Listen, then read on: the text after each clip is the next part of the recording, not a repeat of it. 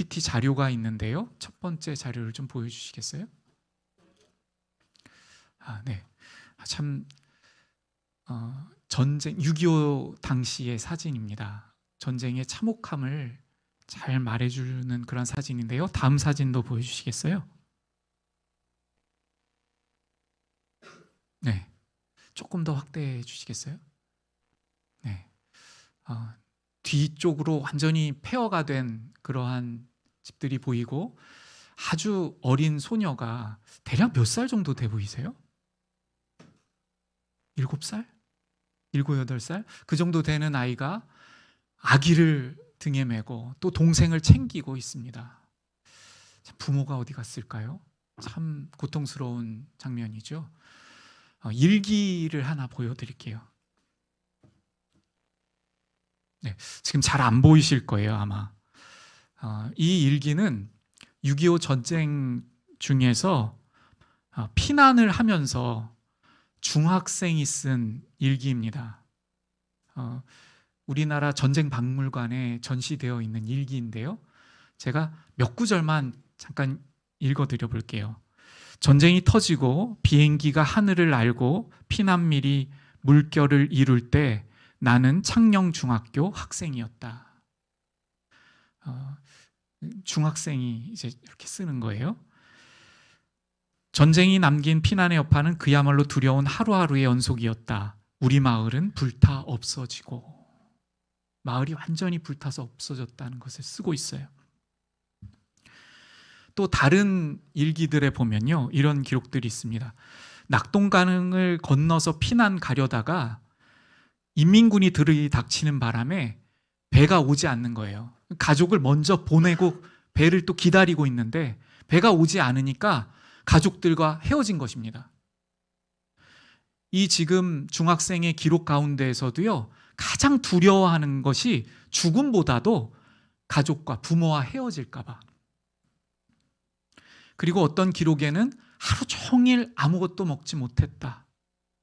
또 그 다음 날은 떡 한 개로, 그날에 떡 한 개를 먹었다. 또 어떤 날에는 미숫가루로 오늘 하루를 버텼다. 이렇게 씁니다.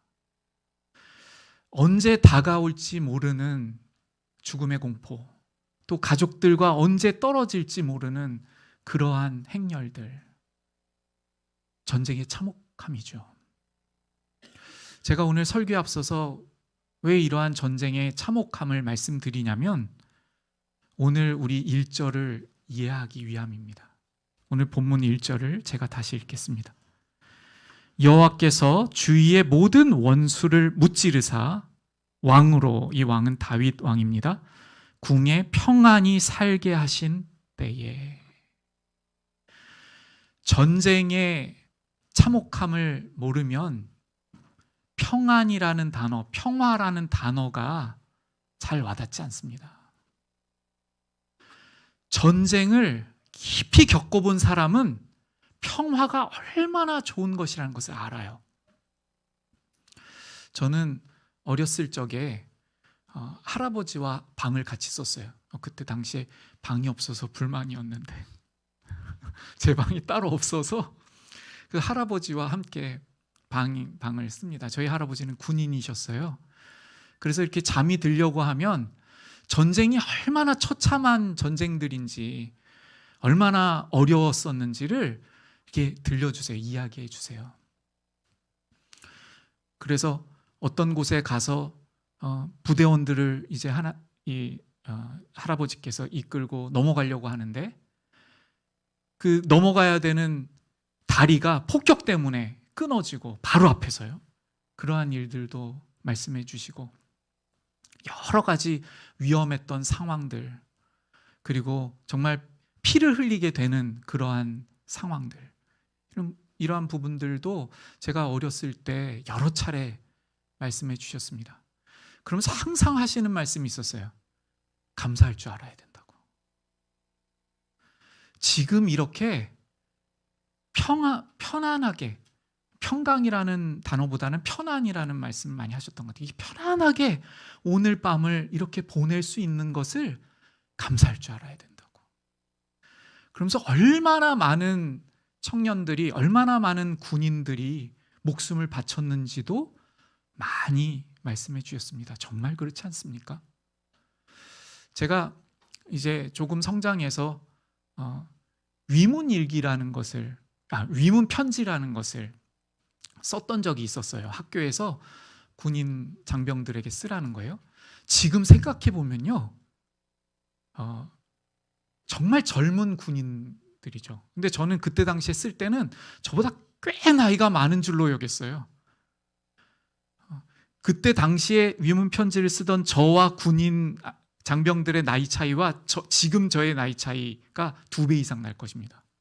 그러니까 사실은 얼마 안 되는 거죠. 그러한 젊은 시절의 장병들이 목숨을 바쳤고, 우리나라의 군인들뿐만 아니라 연합군들로 참전했던 미군들, 또 여러 나라에서 와서 우리의 자유, 우리의 민주주의, 우리의 나라를 위해서 목숨을 바쳤습니다. 그래서 오늘 우리가 있는 것이죠. 이러한 우리가 전쟁의 참혹상을 알 때에 이 평안, 이 평화, 정말 기적인 것입니다. 다윗은 이 구절 직전까지요, 평안과 거리가 먼 사람이었어요. 하나님께서 다윗에게 기름을 부어주셨는데, 목동으로 살 때보다 기름 부어주셔서 이스라엘의 왕이 된 이후로부터 숱한 전쟁을 경험합니다. 그리고 사울이 목숨을 노리기 때문에 다리 한번 편히 뻗고 잘 날이 있었을까요? 학자들은 그 나이를 15, 우리가 지금 그 전쟁 일기를 썼던 한 학생의 일기를 읽었는데요, 다윗이 대략 15부터 그 피난길, 도망다니는 길을 시작했다고 많은 학자들이 입을 모아 말합니다. 그리고 15년 동안을 사울에게 쫓겨다녀요. 자그마치 15년입니다. 광야에 도망가고, 숲에 들어가 살고, 동굴에 피난하고, 그리고 심지어는 적국에 가서 망명하기까지도 합니다. 시편의 구절을 보면요, 다윗은 그 시절의 고통을 이렇게 쓰고 있어요. 내가 모든 대적들 때문에 욕을 당하고. 그 시편 구절에서 이렇게 고백합니다. 내 일생을 슬픔으로 보내며 나의 연수를 탄식으로 보내며. 이렇게 써요. 날마다 반복되는 정말 그야말로 전쟁의 상황 속에서 정말 다윗은 여호와 하나님 앞에 간절히 기도드릴 수밖에 없는 그러한 시절들을 보냈다는 것을 우리가 알고 있습니다. 그 후에 주어지는 이 평안, 다시 한번 읽어볼까요? 이렇게 기록하고 있어요. 여호와께서 주위의 모든 원수를 무찌르사 왕으로 궁에 평안히 살게 하신 때에. 많은 학자들은 이 7장의 시간적인 위치가 뒤에 8장에서 전쟁이 나오고 9장에서도 이어지는데 10장 마치는 그때라고 봅니다. 시간적인 위치가요. 그래서 이 사무엘 하의 순서대로라면 이 구절은 10장 이후로 가야 되죠. 8장에서도 전쟁이 계속 나오는데 블레셋과의 전쟁, 모압과의 전쟁, 암몬과의 전쟁, 많은 대적들과의 전쟁이 계속 이어집니다. 여러분, 그런데 오늘 이 구절에서 간단하게 기록하잖아요. 이렇게 씁니다. 여호와께서 주위의 모든 원수를 무찌르사. 이렇게 기록하고 있어요.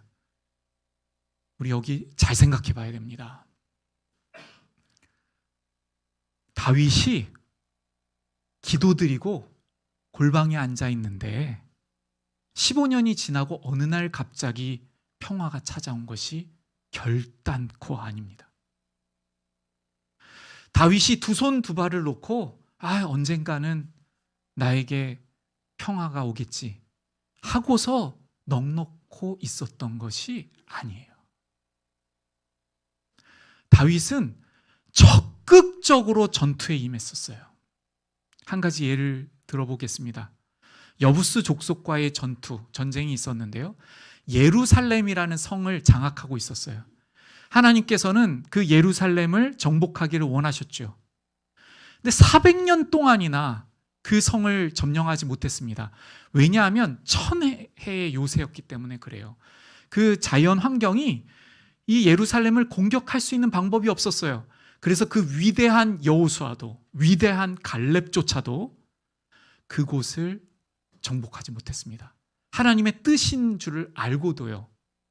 제가 지금 말씀드렸던 지파는 유다 지파잖아요. 근데 유다 지파에게 이 예루살렘 성을 정복할 것을, 그곳을 분배해 주셨음에도 불구하고 400년 동안이나 탈환하지 못했습니다. 그런데 다윗은 넉넉히 있었던 게 아니에요. 적극적인 자세로 하나님의 뜻이 오니 하면서 나아갔을 때 그 철옹성 같던 예루살렘을 공략할 수 있는 길을 찾게 됩니다.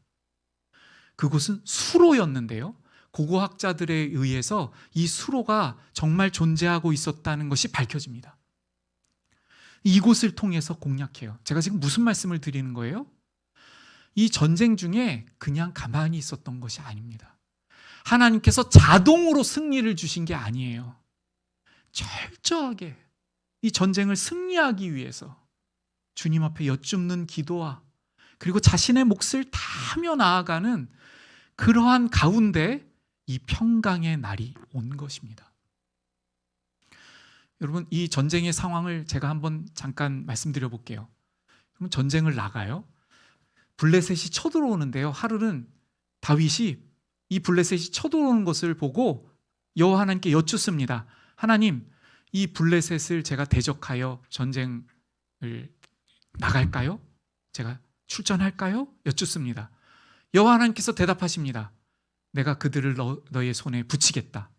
여러분, 붙이겠다 하셨지만 칼을 들고 나가야 됩니다. 요압과 함께 나가야 돼요. 여러분, 전장을 한번 생각해 보십시오. 다윗이 나가지요. 활이 막 날라와요. 화살이. 칼과 칼이 부딪힙니다. 그 칼들을 방패로 막아내거나 칼로 막아내고 싸워야 해요. 가만히 있으면 죽는 겁니다. 하나님께서 승리케 하신다는 약속이 있으나 다윗이 자신의 몫을 다하여 싸우는 것입니다. 여러분, 여기에서 어떠한 일들이 일어났을지를 보세요. 여기 나아갈 때 다윗이 혼자 싸우지 않잖아요.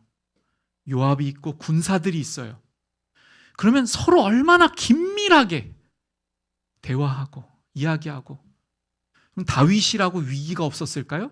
뒤에 눈이 없잖아요. 뒤에서 블레셋 군사가 공격할 수 있어요. 그러면 옆에 있던 요압이 소리를 쳐서 다윗이여! 이렇게 하든지 아니면 무기를 던져서 막아주든지 서로 간에 막아주고 동행하고 서로 이끌어주고 때로는 어떨 때는요, 다윗이 미처 못 막으니까 몸으로 막아주기도 하고 서로 밀치기도 하고 그렇게 하면서 승리에 나갔던 그 이후에 이 평강의 날, 평화의 날이 오는 것입니다.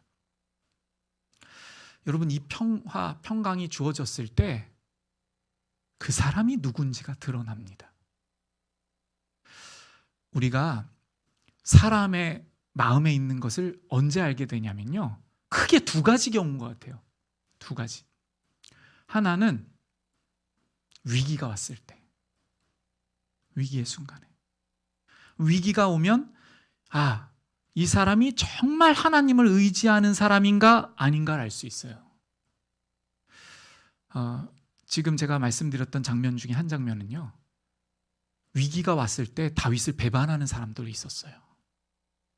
그일라라는 성을 다윗이 목숨을 걸고 도와줘서 구원해 줬거든요. 그것도 사울한테 쫓기고 있는 상황에서요. 근데 그 그일라 사람들이 다윗을 배반하고 넘깁니다. 뿐만 아니라 다윗과 이 전쟁을 함께하던 부하들이 이 시글락이라는 성에서 살고 있을 때인데요, 이 시글락에 돌아와 보니까 아내를 뺏기고 자녀를 빼앗긴 거예요. 누군가가 와서 무방비의 상태에 있었던 여인들을 다 뺏어간 거예요. 이때 다윗의 부하들이 다윗을 죽이려고 합니다. 위기의 상황에서 그 사람이 누구인가가 드러나요. 그일라의 배반의 모습, 다윗과 함께 동고동락했던 그 군인들도 다윗을 죽이려고 해요. 위기 때 드러납니다. 예수님을 메시아라고 여기면서 따랐던 유다는 예수님께서 자기가 생각했던 정치적인 메시아가 아니라는 것을 알게 되자 은 30에 예수님을 팝니다. 이게 우리 본성이죠. 위기 때 드러나요. 그 사람이 어떤 사람인지. 또 한 경우에는 평강이 올 때, 잘 됐을 때, 성취했을 때 그 사람이 정말 어떠한 사람인지가 드러납니다. 보통 위기의 순간에는 그래도 대부분의 사람들이 주님 앞에 돌아오려고 해요. 그런데 오히려 평안이 찾아오고 잘 되면요, 하나님께서 도와주신 것도 잊어버립니다. 얼마나 간절히 기도했었는지조차도 잊어버려요. 우리가 위기의 상황에서 기도 제목을 막 나누기도 하잖아요. 지금 이렇게 연약합니다. 지금 이렇게 어렵습니다. 그 기도 제목을 나눕니다. 그리고 나서 회복되었을 때 그러한 우리의 모습을 보면 마치 언제 그렇게 하나님께 기도를 드렸냐는 듯이, 마치 그러한 결과, 그 좋은 결과를 내가 누려 마땅한 것처럼 생각하는 우리의 본성인 것 같아요. 그런데 오늘 이 장면에서 다윗은 이 평화의 때에, 이 평강을 누릴 때에 가장 먼저 하나님을 생각합니다. 여러분, 평강의 때가 오면 할 일이 없는 게 아니에요. 당시에 다윗 왕이 얼마나 할 일이 많았겠습니까? 이 앞뒤의 구절들을 보면 백성들을 정의와 공의로 다스렸다라는 표현이 나옵니다.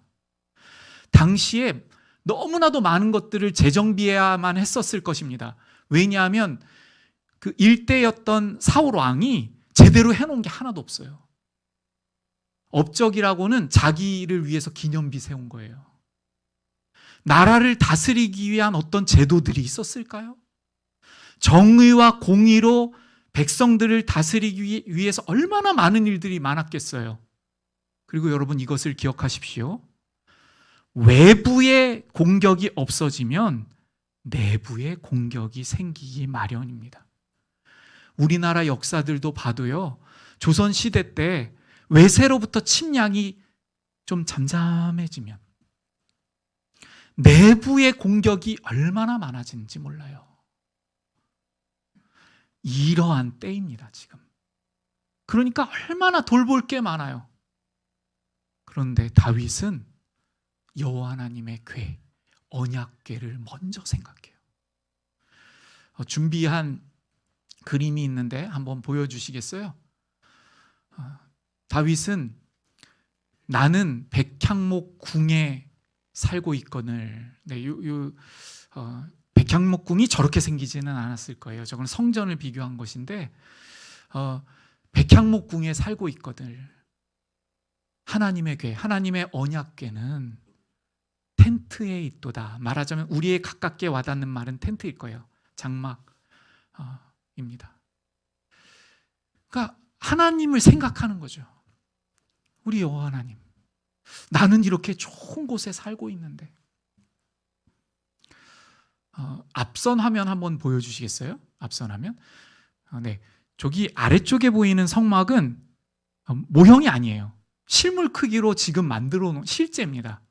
저 성막은 아래쪽에 있는 것은 이제 출애굽기에 기록된 대로 이스라엘에 만들어 놓은, 실제로 저렇게 만들어 놓은 거예요. 다윗이 보고 있는 성막이 저러한 형태였을지는 모르겠어요. 그런데 이렇게 천으로 둘러싸인 성막이었던 거죠.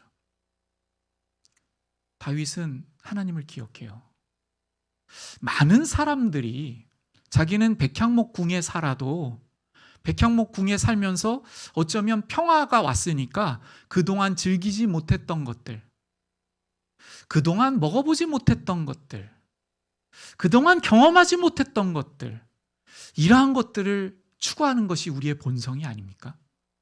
그런데 다윗은 여호와 하나님의 궤를 생각합니다.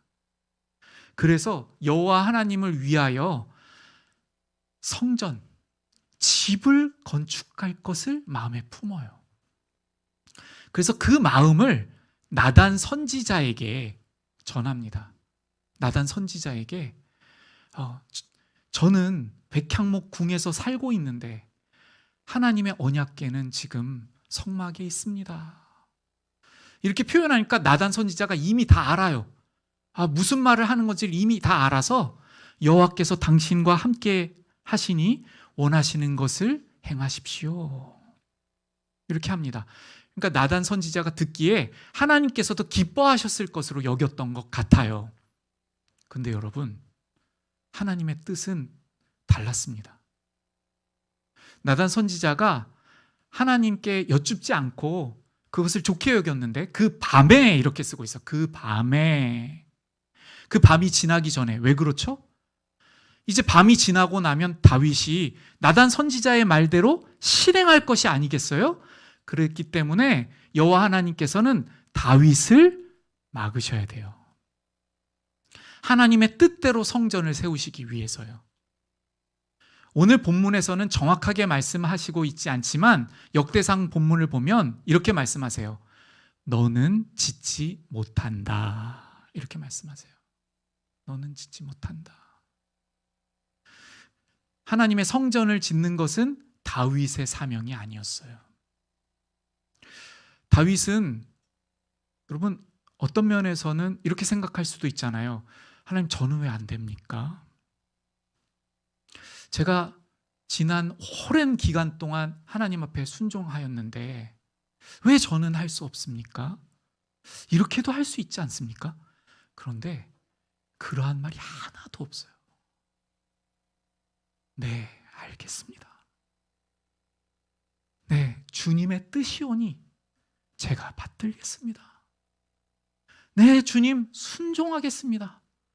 이 사무엘하 7장을 읽어보면요, 요만큼의 어떤 불평이나 어떠한 마음이 없어요.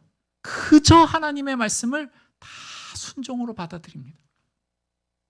그렇게 나아가는 다윗을 볼 수가 있는데, 여러분 이제부터 하나님께서 무슨 말씀을 하시냐면, 너가 나를 위하여 집을 짓겠느냐 하신 다음에 제가 간략해서 말씀드릴게요.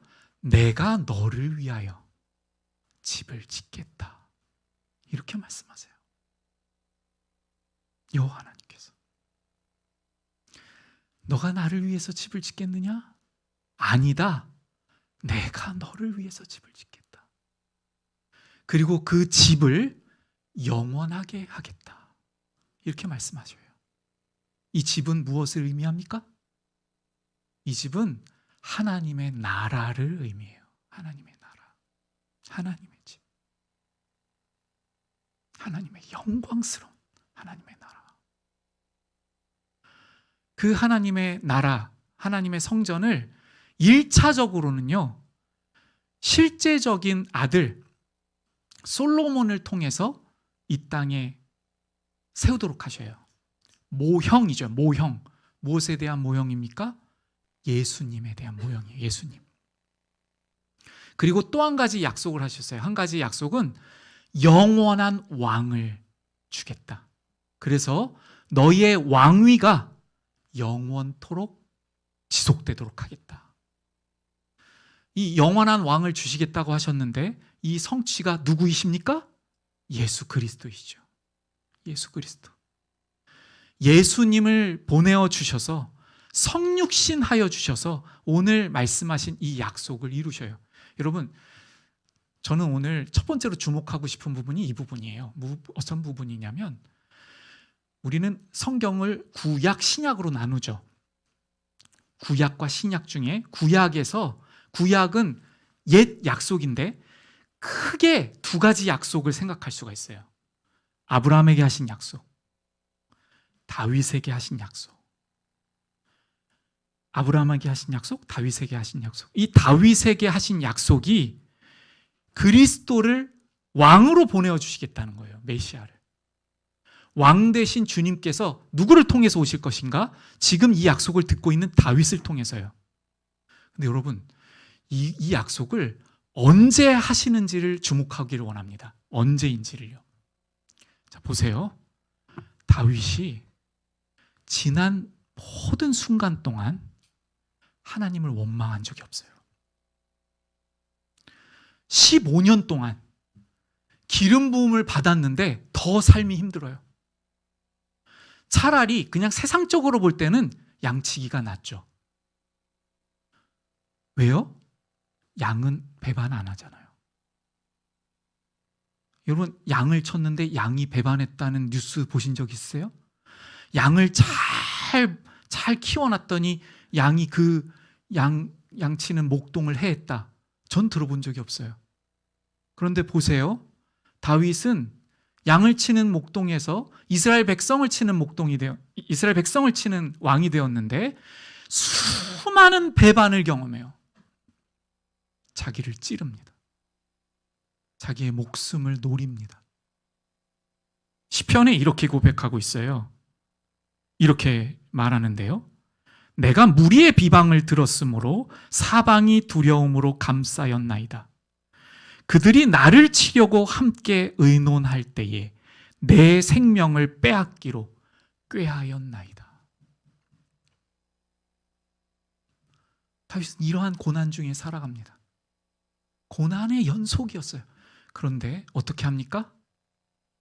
자기를 죽이려고 했던 사울을 2번씩이나 복수할 수 있고 죽일 수 있는 기회를 얻게 되죠.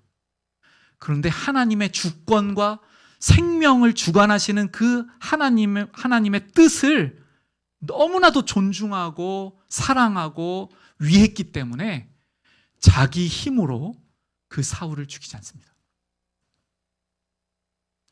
원망도 하지 않아요. 하나님 왜 이렇습니까? 원망하지 않아요. 그렇게 하나님을 지극히 사랑하였던 다윗, 평강의 시대 때도 하나님의 언약궤를 생각했던 그 다윗, 그 다윗에게 내가 너를 위하여 집을 지어주겠다, 이렇게 하시는 것입니다. 여러분 보세요. 하나님을 비록 미흡하지만 자기의 마음을 다해 사랑해요. 다윗이 마치 율법처럼요. 너는 목숨을 다하고 뜻을 다하여 주 너의 하나님을 사랑하라. 그 다윗에게 여호와 하나님께서 성육신하여서 약속을 지키실 이 언약을 그 자리에서 그 밤이 넘어가지 않을 때 하십니다. 그리고 그때 어떻게 말씀하시냐면요, 내 종 다윗에게, 나단 선지자에게 이렇게 말씀하세요. 너는 가서 내 종 다윗에게 이르기를. 여러분, 내 종 다윗이에요. 내 종, 내 사랑하는 종. 제가 내 종 다윗에 들어가 있는 이 부분을 나눠볼게요. 보세요. 내가 기름 부음을 붓고 15년 동안이나 죽음의 위기 속에서도 나를 한 번도 원망하지 않았던 내 종 다윗. 그 전쟁의 수많은 순간 속에서 자신을 배반하는 백성들이 있었음에도 불구하고 나에게 뜻을 묻고 나를 의지하였던 내 종 다윗. 아무도 공략할 생각을 하지 못했고 내 뜻인 줄도 알고도 아무도 예루살렘을 차지하려고 시도조차 안 하던 그 예루살렘을 열심히 연구하여서 수로를 발견하고 나를 위하여 탈환한 내 종 다윗. 내가 세웠던 사울을 내가 세웠다고, 내가 기름 부었다고 존중하고 그의 생명을 해하려 하지 않았던 내 종 다윗. 그 다윗이죠. 그 다윗에게 무슨 말입니까? 하나님을 그렇게 아는, 하나님을 그렇게 사랑하는 다윗에게 이 모든 영원한 언약을 전해주어라, 이렇게 하시는 거예요. 그리고 그 언약을 이루시기 위해서 하나님께서 오십니다. 내가 너의 집이 되어줄게. 어떻게 성취됩니까? 예수님께서 예수님의 몸으로 이 성전됨을 보여주세요.